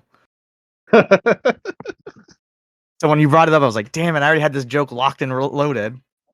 So you should do it. And just get it out and publish before Eric gets his book out. I'll just put out like 250 pages of just crap on 97 WCW. Is like, we're not gonna do your book anymore, Eric. He covered it. He's got it. Just steal all of his takes from Twitter. Mongo McMichael's really good. Yeah. Maybe this is too early. Maybe I'll frame it in a way for you. Is this probably way too early? Any ideas if there will be a Way of the Blade 3? Do you want to keep this going? Yeah. I'm already started to. I've got a Excel file of about 80 or something matches that I've already figured out and given to Chris to write about. I've even started writing it. Yeah, I'll put it out. I got some other books. I'm calling my shot on it now after listening to your podcast, The Way of the Blade, where you're doing the canon with Bucky and JR going into the deathmatch canon and attempting to construct one. I'm crossing my fingers for Way of the Blade CZW edition. I'm placing my bet down there. Oh my god. They definitely did the podcast on CZW. I was like, fuck, I gotta watch this. All right, I'm in it. Let's do it. Let's Those guys need 15 CZW matches to watch for that podcast. Their glee at tormenting you by making you watch 20-minute Toby Klein matches or whatever. I was like, those you know, ones. The Toby Klein is a. well, yeah, I've just picked someone at random, but 20-minute Lobo matches. There's a possibility Toby Klein might work Dean 3. I'll give that as a possible. I'll break that news. We'll see. I talked to Chris Hero. He knows him. We got a spot where we could use him in. So we'll see. That is very exciting. I'm not sure. I don't want to. I haven't talked to him, but it came up. I wanted to give you guys at least a little breaking news here in the podcast. There's a possibility. It's been discussed. We're off the call. I'm going to say it's confirmed. So I appreciate that. That's what Dan does about Dean 3 announcements. I don't think there has been any. Yeah. So. Yeah, exactly. Dan, no, yeah, Dan's been making them. Oh, so Phil hasn't seen it, so that's good. No. Okay. I maybe made a post on our website announcing it was Daniel versus Danielson, and I did a fake press release, and I thought it was pretty firmly tongue-in-cheek, but a lot of people didn't get it. Dan's title is embarrassing. Brian Danielson versus Brian Daniel Danielson. Lacavere. Pretty insistent that he is retired from stuff. That is this. Okay, but I will say if he announces the date and it's Thursday, September 4th, I already made the graphic and put it on the site. Right. Good to know. I mean, I certainly have pitched other ideas to Dan Makabe for both Dean 2 and Dean 3 that he is also pretty insistent that he is also retired. So it's like he's not on this show not because he has not been asked. But he did see my fake announcement and he was okay with it. I got to unretire 2 guys. So we'll see. I mean, it's certainly, just do it. Just do one of the talking battles, like how Kenta Kobashi. They'll promote Kenta Kobashi being at a show, and it's for talking battle with Keiji Muto. Yeah, I mean, Danielson's, he was very into Dean too. So, that wasn't. Well, he should have been. It was a good show. He came out and gave that speech, but I was also watching parts of it with him backstage, and he was very, very amped up about how much he was enjoying it. So he's into the project in general, but I think those boots may be officially pulled up, although he does keep showing up on TV, so who the fuck knows. I have his numbers in my phone. So we'll say I'm certainly, I'm aware that people want to see him in versus Makabe, and we would certainly want to promote it. And we'll see if who knows, I think is the answer to that question. But we have some sick shit tentatively planned for the next show. So people should be excited about it. Now we're going to get into our normal bullshit questions for our fans. Speaking of that, Cole says, favorite John C. Reilly role? What people want to know. It's probably Boogie Nights, but it's kind of a boring answer. That's kind of like the Family Feud answer for pick a best John C. Reilly role. But see, mine is Step Brothers, which is probably even more boring. Mine is a specific scene in Talladega Nights where Will Ferrell is in a coma or whatever is happening, and John C. Reilly gives a monologue about how he posed for a magazine as Mike Honcho. That monologue is one of those things where I'll be 90 years old and have Alzheimer's, and I'll perfectly remember I spread my butt cheeks as Mike Honcho, but I won't remember my family's names anymore. Walk hard. That's a good answer. Chris isn't here, but he says it's Cirque du Freak. Do you feel like I should be pulling out something more fucking interesting? I mean, none of all those answers are in the are none of those answers are getting the buzzer on fucking Family Feud, right? I mean, I liked Cyrus when it came out, when I was really in the Duplass brothers, but I'm sure I would not like it now. Next question, Haven. What TV show have you rewatched the most? I'm gonna give an equally boring answer and say The Sopranos or The Office. That's The Wire for me, pretty clearly. I don't rewatch a lot of things. I probably rewatched The Wire 7 times. I don't 14 number rewatch reports.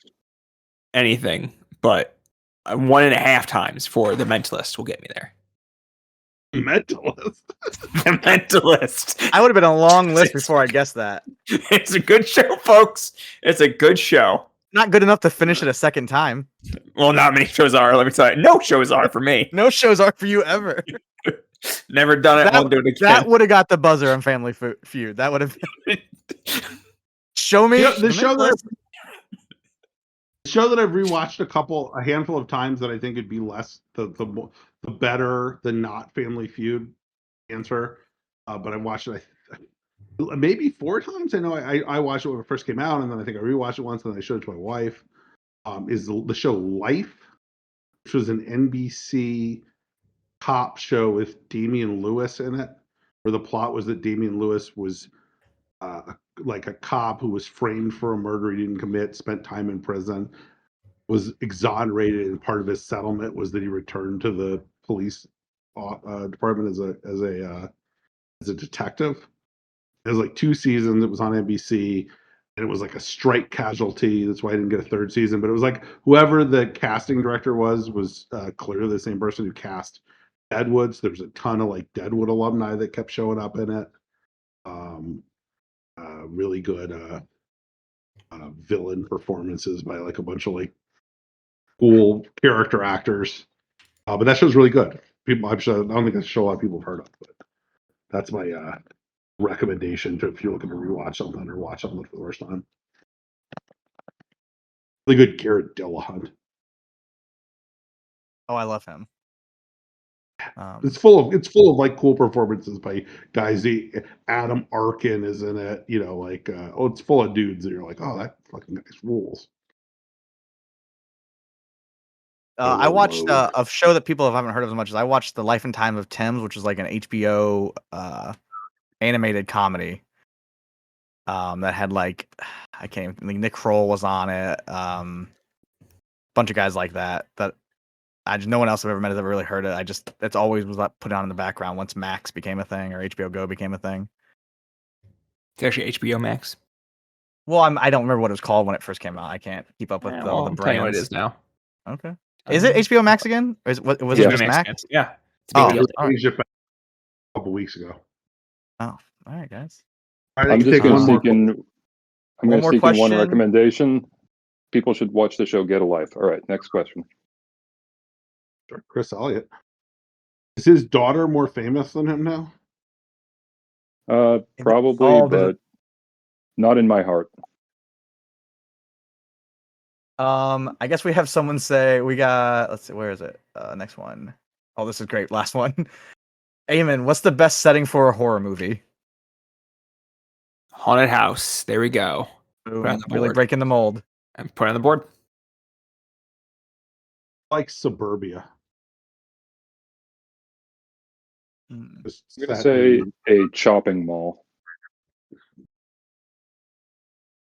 Find like the forest scary. I also add Train to the mix. Ooh. Trains are good. All right. Well, there we go. We appreciate you coming on, Phil. Everyone should buy the book. It's on Amazon. If you do the Kindle thing, I think it's only like $8 or something. If that's like a thing people want to do, I think the paper copy is not too much more than that. It's pretty affordable and it's a great read. Yep. First book also available on Amazon if people like the second book. I think if people they would like the first book, and vice versa. If you like the first book, I think you like the second book. I've got. I did an article on Gypsy Joe for Yahoo Uncrowned weeks ago. I thought it was pretty cool. I don't know if you guys checked that one out, but I got to talk to like Taz and Hank and I did. I forgot. I wanted to ask, like, how do you? I mean, you got to go, but like, how do you pitch that to them? You're just like, I just can't imagine even like, yeah, just it's such a crazy thing to pitch Yahoo to me, but you did it. I just right wherever the fuck I want over at Yahoo, so it's pretty cool. I don't know. I I got new car smell on me over there for a while. So what we're doing, we did, he kind of came up because we did, the Gypsy Joe Rules match on Dean 1. I was like talking to the guy over there and about it. And I was like, I should write something on Gypsy Joe. That guy's fucking cool. He said, sure. I was like, all right, sounds good. Let me do it. So that's cool. If people want to read that, I think we'd enjoy that. I'm sort of at a little bit of a summer hiatus from the Way of the Blade pod, but that's going to come back soon with more. Finish up the deathmatch canon, do some more. It's like we need more canon. Dean 3 is coming up in September in Philadelphia at the ECW Arena. So if folks are Northeast based, that's going to be awesome. Are we ever going to talk about what we watched this week, or does no one give a shit? I mean, we could finish questions and end it if you want. I watched some stuff, but if you guys want to not go that I late, watched All In. Oh, you did? I did. I watched that live. I don't even know. I was all up in the live wrestling chat. Oh shit! I stayed away from it on purpose, and I was in there locked in. So, do we want to go into that, or do we want to finish questions? What do we want to do? We can finish questions, I guess. We can do whatever we want, Dan. All right, going for an hour and a half. All right, let's get into it. All right, guys. We didn't lose Phil. He had a hard out, so we're gonna finish the questions without him. But before I get to that, us. Hey, Dan, you said you were gonna talk some shit. Did you do that? Oh, I forgot. I wanted to talk. I guess he's gone now. Oh, that was so embarrassing for you. Okay. I was gonna talk shit about his saying Jay and Mark versus Mark happened in a field. It happened in the parking lot. It's very clear. There's cars around. Okay. Okay. I don't. That made me mad when I was reading it. I was typing as I was reading that part because that's like one of my favorite matches ever. I talk about it all the time. But no. Before we get into finishing our Q&A, I want to bring up everyone's favorite podcast. The Card is Going to Change, the AEW podcast, because we were asked a question recently about Josh Bishop on the Discord, and I said I can't help anyone. I don't know anything. Well, John Thorne got on the AEW Discord and said, hey, we're doing a podcast. Ask us some questions. Immediately, 3 of the first 4 questions are asking where Josh Bishop is. So don't worry about it because John Thorne, he listens to the fans. So what they do is they make sure the first question they answer is the status of Sean Mason.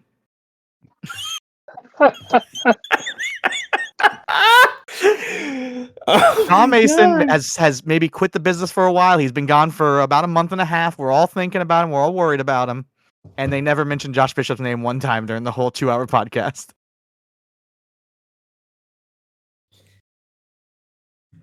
So the story that made the story much juicier in my mind. I'm pretty excited to finally find out someday. But back to our questions, I guess. Eamon says, which wrestler's theme song do you think you've heard the most?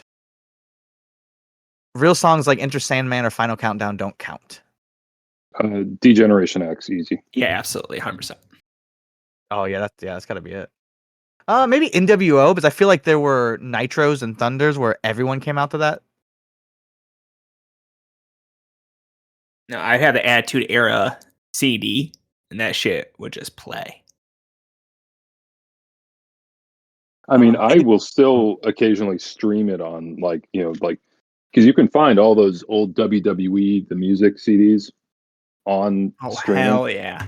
And I'm like, you know what? You know what I got to listen to 5 times in a row? The 2000 Taz entrance music with the flat line at the beginning.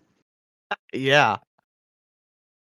Katie Parker, in light of Goldberg's final match the other day, what is the one dream match you wish you got? And I clarified that this is for Goldberg matches. That's what I was reading. So this is Goldberg. Yeah. I do have an answer, though. Let's hear it. Goldberg versus Atsushi Onita in a barbed wire exploding match. Imagine Goldberg going for a spear, missing, and coming up just short of hitting the wire. Those two could have milked that for all it was worth.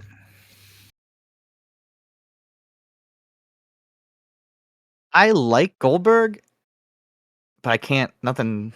I got nothing. I don't know. Like I feel like I got what I wanted out of Goldberg. Yeah, you got Goldberg versus Sandman at the 1999 Spring Break show. So, what else is there? I guess we can get him versus Matt Riddle in a shoot. Don't they have beef or something over something stupid? Yeah. Riddle kept calling it out. That's Goldberg versus Roosh versus Roosh. Oh, that's good. I thought so, Dan. That's why I said it. I'd like to see another Goldberg retirement match where they like cut him off even earlier.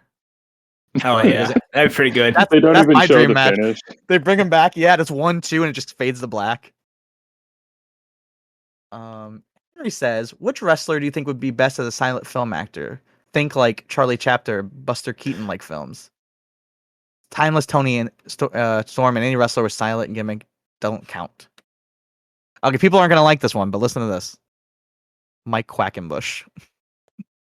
No, I don't like it, Dan. I heard you. No. I want to hear. no. I want to hear the logic on this. He's got that stupid face. Like all of his little YouTube thumbnails is what I picture Buster Keaton doing. And Buster Keaton didn't make. Buster Keaton only had the one face. He didn't make crazy faces. I don't know. I'm just saying. Buster Keaton was the one who looked like Mark Zuckerberg. Oh, I am confusing him with someone else, but still, I still think he has silent. Don't film say face. he looks like Mark Zuckerberg. Well, No, okay. If Mark Zuckerberg, He looks like Mark Zuckerberg had for more sure. of I a pulled him. I'm flat looking at him right affect. now. No. And they're both kind of like Innsmouth fishmen. So, my Ricochet. answer. Sorry. No, that he would be good at. My answer, you will probably like even less than Dan's. Okay. I'm going based entirely off of like exaggerated body language and just physical, wacky faces, physical movements to sell with it. I'm going to say Chelsea Green. Okay. I do like it less. I don't know how I like it less. I don't hate that. I despise it. You have to have an answer now. You have to have an answer now. I already said my answer. What was your answer? I said Ricochet. Oh yeah, I forgot. That was dumb. All right. So he can do all the bits. Don't know what to tell you, Dan. Ducky asked, if you could ask a question for BPR, what would it be and why? This is too meta. I can ask these guys anything I want. They don't ever. I mean, they might not answer, but they won't stop me from asking. There are times where I think of things I want to troll you guys by bringing up on the show while I'm out at work, and then I forget by the time we actually record. So there are many lost bits out there. So it would probably be one of those. There are times where I privately like talk a little shit, and then Sam brings it up and wants me to shit talk Phil for coming on our show and taking a long time to figure out how Discord works for us. But he wants me to shit talk because he doesn't know where Mark vs. Jay took place. I didn't bring up that first half. I don't know what you're talking about. Dan, I'm saying he went through that trouble of figuring out how Discord works, getting in here, taking his time with us, and you're like, hey, why didn't you talk shit to that guy? Hey, he's not going to listen to the second half of this episode, Dan. No, there's no Dan, world. What's your question here? My question is, why do we have Sam around if he's not paying us $2 a word? That's a great question. You know what? I don't know if calling it a field is necessarily wrong. You're saying it's the field in front of the parking lot? I don't know if I call that a field. I don't think you call it a parking lot, though. It is a parking lot, though. It's in front of a bar. That's a bar. You can see where the pavement ends. You can see where the pavement ends. You don't like what that bar looks like, or you don't like the way they have their parking lot set up. But I'm just saying, they have an actual parking lot with parking spots, and then they have this dirt patch. I bet you if they have a popular band, I bet you people park there. I wouldn't say it's a parking lot. Just because you can park somewhere doesn't make it a parking lot. I guess you're right. People park in my front yard. Big yellow taxi gonna take you away. Would you say your front yard? When you go on Cage Match of HCW Mandatory Suicide, parking lot of Memories Bar and Lounge. Trigger never wrong. When you click on it, there's no other shows that took place there that I can see for some reason. But all right, last question, and it's a great one. Should have got Phil on this one. Tim says, which monster flavor would you want them to make into a thrifty ice cream flavor? What's a thrifty ice cream flavor? I looked this up once I saw it because I was like, what is? It's not a first store ice cream. I was thinking like it was cheap ice cream. Thrifty is a convenience store, drugstore in California, based on what I could find. I can't wait till Trump gets them out of here. There is some positive vibes towards. Hey, do you know what a Stewart's is, Dan? Stewart's hot dogs? Nope. That's gonna be a no for you, dog. Never mind. I don't know a regional convenience store That Like Wawa or something like that. yeah, but that's something different. They got the sandwiches. They're not about the ice cream life. But anyway, it's regional ice cream to my best of my knowledge, or regional ice cream brand within a drugstore. I don't know. Anyway, I've never had a Monster before, so I don't know. I rip these things. I rip these monsters. An exciting turn of events unrelated to this because I don't have an answer to the flavor discussion. You know what I've been drinking a lot of is Glacier Freeze Gatorade Zero. If they made that into some sort of ice cream treat, I would probably eat a lot of that. There is a local ice cream stand that does have a monster milkshake, which I have been dying to try. It might make me vomit, but You got to need write that know. up for the site. You can't. We need the trip report for getting the monster milkshake. That's front page news right there. I'm just like an original flavor guy myself, so I'm excited to see what that can do to me. Dan, thoughts on Monster? I spent a long time in a blue collar job where we would all spend like a big chunk of our paychecks at gas stations. But despite that, I've never been a big energy drink guy. Oh, fuck. It's just never been my thing. But I guess like maybe one of the Java monsters. I'm having multiple energy drinks a week. I'm gonna die young and die fast. I don't want to be rude, but isn't your job sitting down? Sitting down. I'm just sitting down. I'm sitting down just chugging monsters. Just pounding away. Burning the midnight oil. All right. Well, that is our last question. Before we get to we're not doing big top, we're going this one's all fucked up, messing me up. We should probably plug what's been on the site because we haven't had a podcast in like 12 days or something. Yeah, like a month, something like that. Yeah, I mean, since then, I think Chris has had a Lucha Roundup. Koro has had recommended matches.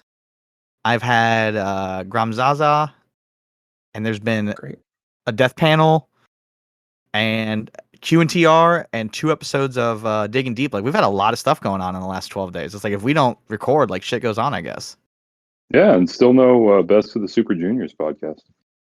Ooh, let me double check. No, you were correct. No, not here. I'm hearing late night with the 2012 Royal Rumble might be making a return in the not too distant future. Unrelated to me, to be very clear. I'd love to be a guest on that someday. Wouldn't you? Also, wouldn't you though? While we're plugging stuff, I do want to thank Tim for contributing to the most recent death panel. Even if you don't want to hear me natter on about stuff, if you want to read Tim's thoughts on Otis Cogar, he's got you covered. And anyone who wants to contribute to the death panel can. I do not give a shit as long as it fits the parameters of the column. Send me stuff. I will put it in there. You can put it on your resume. I give a shit. You guys really slacked last month. Pat is pouring his heart and soul into this, and only Tim is stepping up to the plate. Oh, I know you guys are. I don't want to shame them for not having thoughts on the XBW Wicked 13, even though they should watch it. But I do look at it, I see it more as Tim is the first one who's not a pussy. Yep. Agreed. This has me because I wanted to say that my next Gramzaza piece, when it comes out, I mentioned I plugged it. The big secret will have thoughts from the man himself. Yes. Which I was like, how many people know that? Not a lot. You motherfuckers don't read these pieces, and I'm mad at you. Stop going back and reading the Ken Shamrock for Down Fry. That's got way too many. That thing is blowing up every month. It blows my mind. And then why did we quit that? The Necro Butcher returns again. Don't read that. Read about Gramzaza, you idiots. I appreciated both the stealth plug of the Gramzaza input and also you yelling at the VP Hall of Fame voters. Oh yeah, I lost my mind. I don't know if you know that. You wrote this like 2-page long, very tender confessional about the way that bipolar disorder has affected your life and the ways in which you try to counteract its negative influences on your, the communities that you are a part of.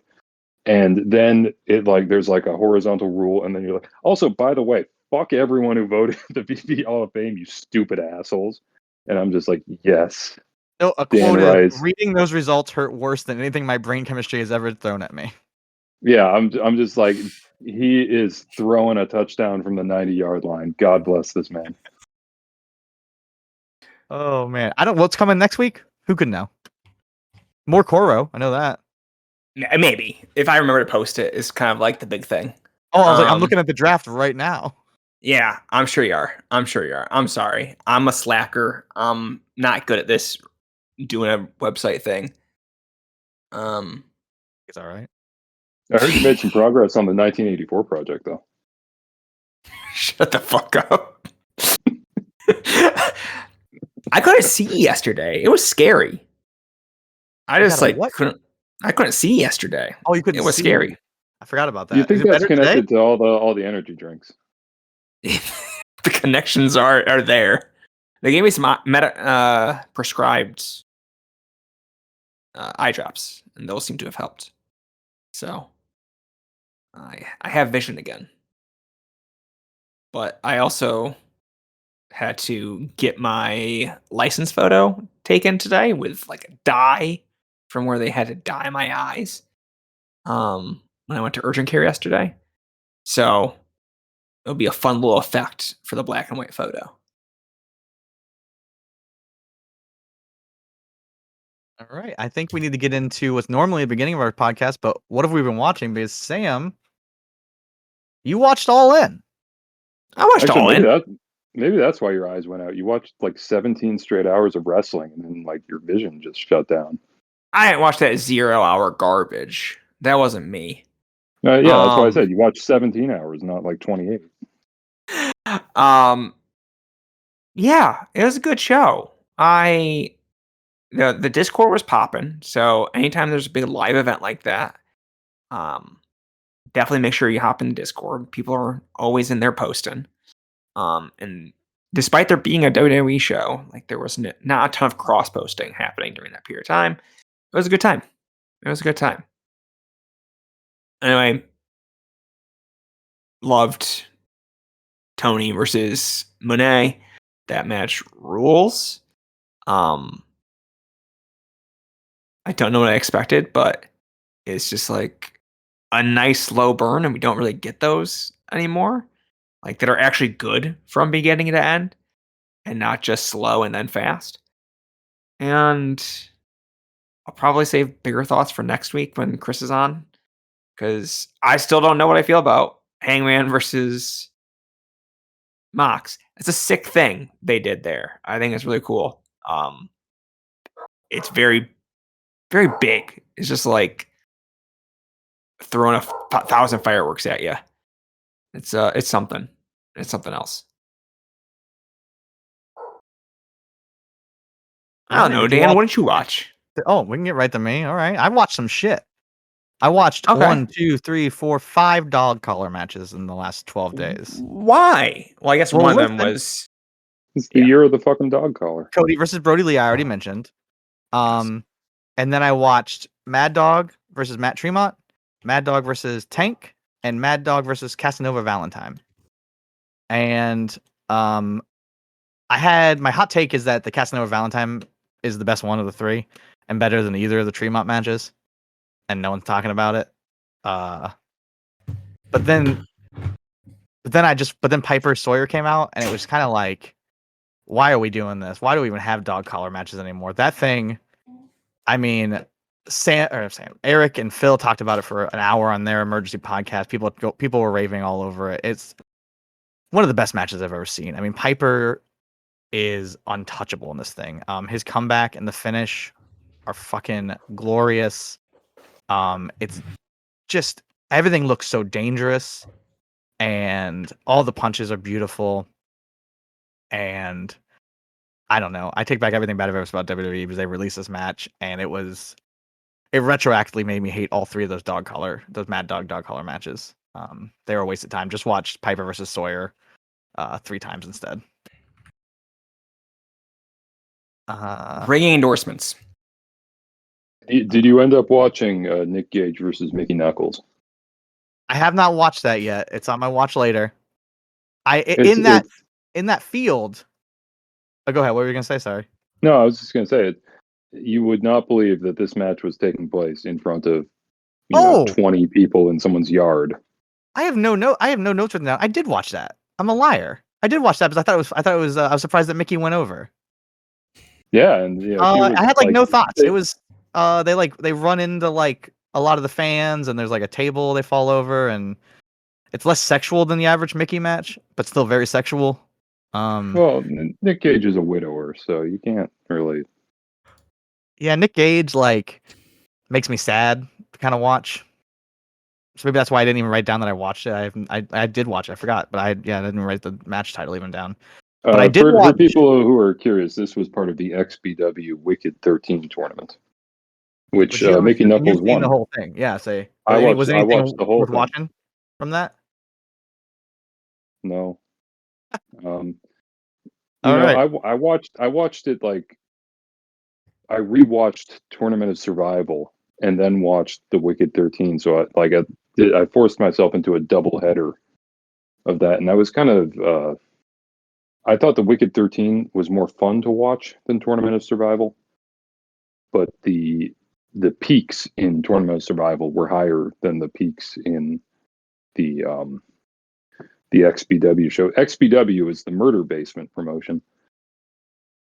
I wanted something crazier. I don't know what, but I wanted something to go off the rails, and I feel like their mistake is that they brought in like Jimmy Lloyd, they brought in Eric Dillinger, they brought in people who know like where their limit is, and it's like they didn't have guys who were just fucking dumbasses in there. I mean, they had Jimmy Controversy; he's a huge dumbass, but not in an exciting or fun way. I don't know. Yeah, I mean, it's funny Mickey won that tournament because she didn't seem motivated in the Nick Gage match, which I thought like she's never faced Gage, so I thought she's gonna really bring it. Maybe she saw the state Gage was in and was just like threw her hands up. I don't know, but it didn't seem my thought is she saw that the venue was someone's yard and the crowd was 20 people. And I'm just kind of like, this would be like if WWE gave away their WrestleMania like Legends match. They're like, Stone Cold versus The Rock. We're just gonna do this in like fucking Cedar Rapids. I was gonna say in that same similar genre, I watched from Crimson Crown Wrestling, CCW Bleed for the Crown. I watched JD Horror versus Necro Butcher. This is Necro coming out, pure MAGA Butcher. He comes out, he's got the American flag Zubaz pants. He takes a Trump flag from the crowd. They sing "God Bless America." A lot of the crowd joins in. Does he still have the Road Warrior Hawk hair? Yes, yep. He's got the Road Warrior Hawk hair. This was really fun because of Necro. Necro beats the shit out of JD Horror. They're outside of a bar, and they go and they end up there. A lot of it takes place literally in the street, which is kind of cool. But at some point, you can't really see if it's off camera. Someone in the audience, someone in the crowd, really pisses JD Horror off. So JD Horror is getting punched by Necro Butcher, and then he'll turn and scream at some fan. And then Necro just is like trying to keep the match going and like is punching him and pulling him away. And then JD Horror is just turning and screaming at a fan, but you can't really make out why. And it's really stupid. The finish surprised me. It's kind of like the thing we're talking about where they go all over, they do all this, they do a lot of hardcore stuff, and then the finish was a superplex and chokehold. So that was weird. And then in what is now like my new holy grail, Lost Media, Reeks Catch, the French promotion, put up the, I don't know how I'm gonna pronounce this, Hordes Control 3, which is like their out of control events. It's their Zona 23 show where this French indie does a show in Junkyard. And I was watching it on YouTube. The first match was a car trunk match, which you win by throwing your opponent in the trunk of a car, and that was actually shockingly fun. Then the next match was kind of like more of like a junior heavyweight, hardcore match. And then I went to bed and I tried to watch the next day, and it got taken down. And Rick's Catch is just like there were technical difficulties we are working to get it back up as soon as possible. I'm assuming it got like copyrighted because the whole video was up when I was watching it. I wasn't watching it live. Like the whole thing was there. Do you know the date for it? I have it up. Let's see. The date was 6/13, but I mean, it just happened. Like it just went up and got taken down within the last week. Because it was up, and then the very next day I go to finish it, and it was already down. So that is now my new holy grail. I'd like to get that. But that's what I've watched in the last 12 or so days. That's worth noting. Well, most of what I watched was for the death panel, and indeed most of what I've watched, what I am currently watching, is for next month's death panel. So instead, I'm gonna go out on a limb, and I'm gonna make a plug that I might regret. New Balance, the Fresh Foam 1080 version 14s, they are very good shoes. And I know that New Balance is a shitty company, and that their owner is like donating to like Josh Kraft's mayoral campaign and other shitty stuff. He's a Trump guy, but those are very comfortable shoes. I gotta say it on the record. The problem is just I have to get them in like size 12.5, 2E. So, I can't get the color combinations I want. Hi. Oh, that was my Hi, niece. She jumped in. Sorry about that. What the fuck? Well, Hey, Sam, I'll let you know. Do you want to know what she calls you? She says, "Is that Sam's Club?" So Okay. You know watch what? the way you talk. Watch the way you talk around her. All right. There we go. We have this. But yeah, my so wife used that's to all. nanny for a girl who called me Dirt Baby for some reason. So I'll Oh man, definitely that's take way that more. Sam's Club. Sam's Club is a real step up from that. Yeah. And then Dirt the mom Baby would try to get her to sounds stop, but my somehow wife kept racist. saying, "No, he likes it. You gotta let her keep calling him Dirt Baby." We're babysitting a little 3-year-old. She's actually like our cleaning lady's child, and she's gotten to calling my sister Mom a lot. We're trying to break her of that. Yeah, that's me. That's a little much. Because it's like I can be Uncle Danny to anyone. Like Uncle could be anyone, but it's like no, Mom's pretty specific. Your mom's your mom. that I know, one's got a that's just narrow view. that's like a 3-year-old thing though. Like my nephew, he has decided that any like bread roll he eats is a hot dog. And you cannot convince, like he'll say like, "Hi, Uncle Pat, I'm eating a hot dog," and he'll hold up like a. He could be on an early episode of VPR. It's true. I didn't even consider that. Tanner might be my 3-year-old nephew. No way to know for I've sure. been saying that. You have been saying that so much. Well, I think this seems like it probably wraps it up. That's Well, an episode. That's an episode. Yeah. Thanks for listening. Go to the site, buy Way of the Blade. I gotta edit the show. So I'll see ya. What are we gonna call it? Dirt Baby. Oh, Dirt Baby's good. All right. Dirt Baby it Then you- is. How do I fucking end this call? Stop recording.